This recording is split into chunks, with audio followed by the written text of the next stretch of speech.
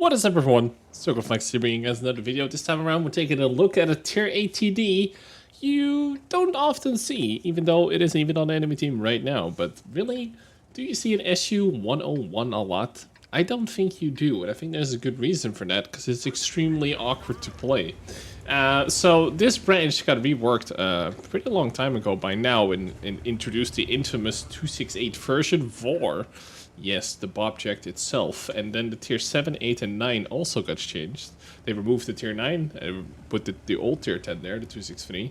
And these tanks, the SU-101 and the SU-100 and M1, the tier 7, got a lot more armor and less DPM, and were more like made into some kind of weird brawling tank, much like the object at tier 10. And the tier 7, in my opinion, is actually better than this. And it has better armor than this, a tier lower, which is awkward. But this tank, I mean, it has its moments, and this is one of those games where it kind of had its moments.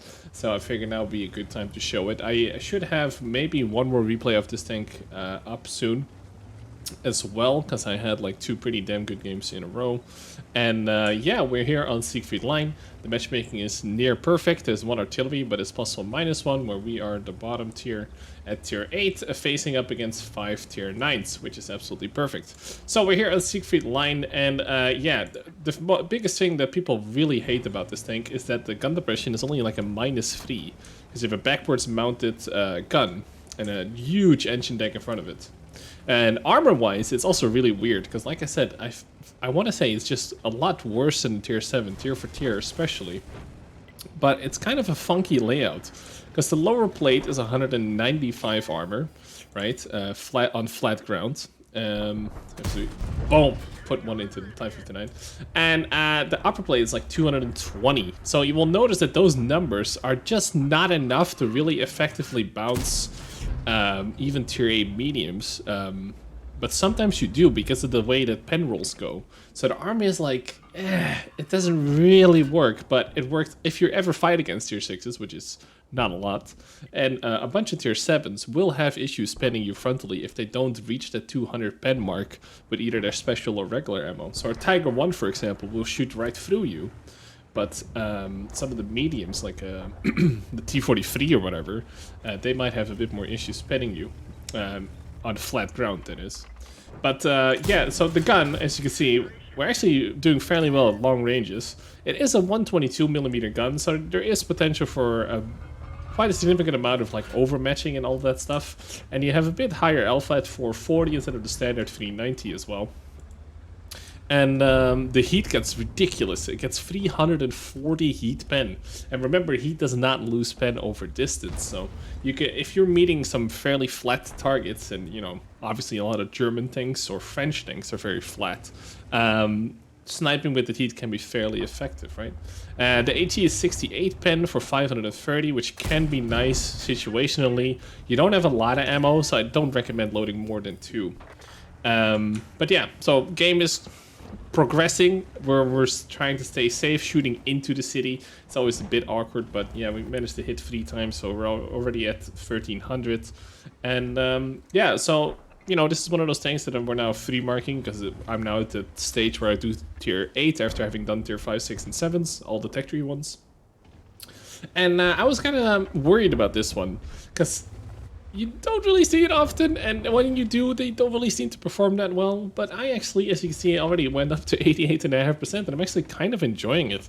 And yeah, the gun depression is a huge deal. The tier 7 also has more gun depression than this. I think the tier 7 gets 4 or 5, and this thing gets 3 degrees, which is extremely low. But yeah, it does help that you don't get, you know, a lot of TDs can just get bent super easily. This thing has a little bit of armor, and can be pretty troll. And actually frontally, not a lot of like super weak spots. It's just a matter of, do you have more than 220, 230 pen? If yes, this thing will be cheese. If you don't, this might be a hassle, right? But yeah, so we're gonna be a bit more aggressive. There's a Tiger 2 to my right as well, going into the middle there. I see him now. We're gonna turn around, get some easy side shots here through all the rubble. And you know, the AP goes through it for the most part. Wargaming is not very handy with these things. Some things you can shoot through, some things you can't, especially cars and stuff. But Yeah, boom. Kill him as well for the 1 health kill steal.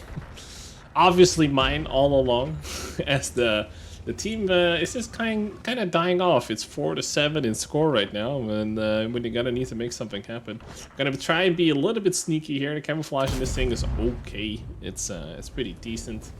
And as you can see as well, it's very slow in rotation speeds, and that's something you have to take account for as well.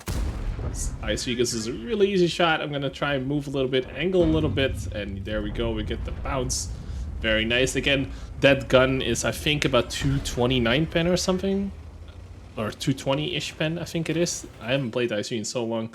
And against those kinds of guns, yeah, you can get some bounces, right? Any TD, though, will shoot right through you. Now we're going to be behind the T-54. He's not looking at us. That's an easy kill. I'm going to keep going because, you know, they still have artillery and I have to help in the city. Now, this is kind of an important one. Like, I was kind of thinking about going here and actually, you know, coming up behind them. But being in a tank like this, you know, you have only 1100 health. You don't have a turret. So, gotta kind of stay with your friends every once in a while. And here I'm just making the active decision to be like, alright, I'm gonna go with the 257 so they can't just YOLO me, right? And this is gonna be a little bit awkward here because the Lorraine is to the right. He takes the first shot. And I think I might have screwed up his shot there, but he shot way to the right, so I don't know. So, I'm sorry, War Ducks, if you're seeing this, okay? I'm sorry. But you probably could have killed him regardless. I don't know why you aimed at the side, but yeah. Anyway, shoot the Conqueror, 386, quite a low roll there. And we do get the tracking shot, and now the 704 is making my life miserable. Maybe it's karma, who knows. And we're kind of pulling the game back now. It's 10-9. T95 is still alive a little bit longer. But the UDES is getting surrounded by their scout tank. And they still have a UDES of their own that we have never seen yet, so he could be anywhere. And the T-34-2 is a one-shot for us there. The SU-100 here. And here you're going to see, with regular ammo, I could have probably penned them as well. But with heat, even at upper structure, which is like 250, 260. Yeah, good luck against 340 heat pen, right? And yeah, in a late game scenario like this, you can actually kind of use your health. I don't really get why this doesn't have more health, but then again, I feel about that, about most TDs at tier 8, like why do they only have 1100 health? Because like T28 prototypes, this tank just need more health to be actually sufficient or be good at what they are supposed to do. Now you're kind of like a fake heavy or something, I don't know. So now I'm worried about the UDES, of course. He showed up at A7. And the T-44-2, I take a look around, he actually gets killed, and now I'm like, okay, this is cool. I can't really run away, we're way too slow. I'm gonna get a bit of better angle, put another shot to the UDES, and then we're gonna just try and angle a little bit, and yes, we bounced the shot, very, very nice. Get a little bit of spotting, and now it's just the Batchat and the artillery left, and we're up to 4,284 damage. With 11 or almost 1200 spotting / tracking. All in all, pretty decent game. We're kind of pulling this game all the way back because we were definitely losing this in the beginning. So our UDES is now at their artillery, which is something you'd never expect to say in a replay cast. But our UDES is actually hunting the artillery, but he's gonna be on super low health. I'm guessing you get RT. The Batchat's going for him. Shoot on the move there. Don't really get it.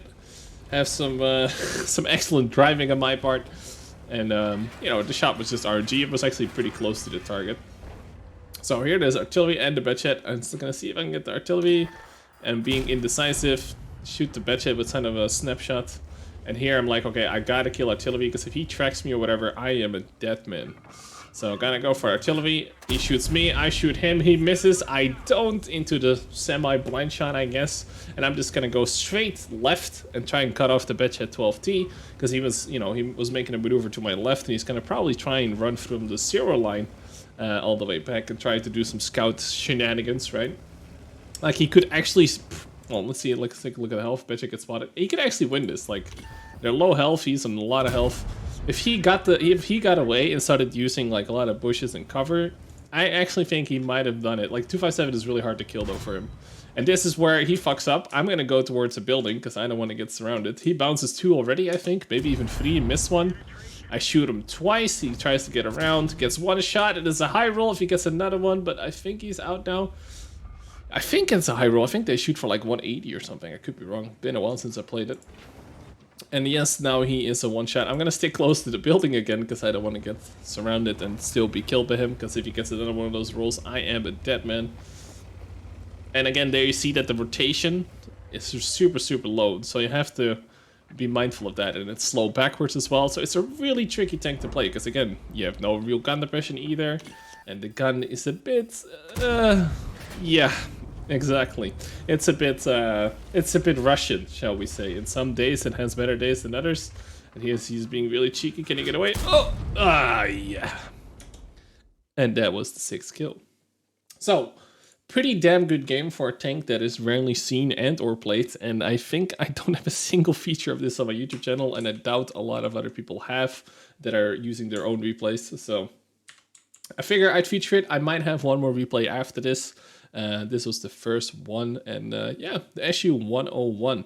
Now you guys probably want to see the endgame results, so let's quickly go over that as well. So there you go.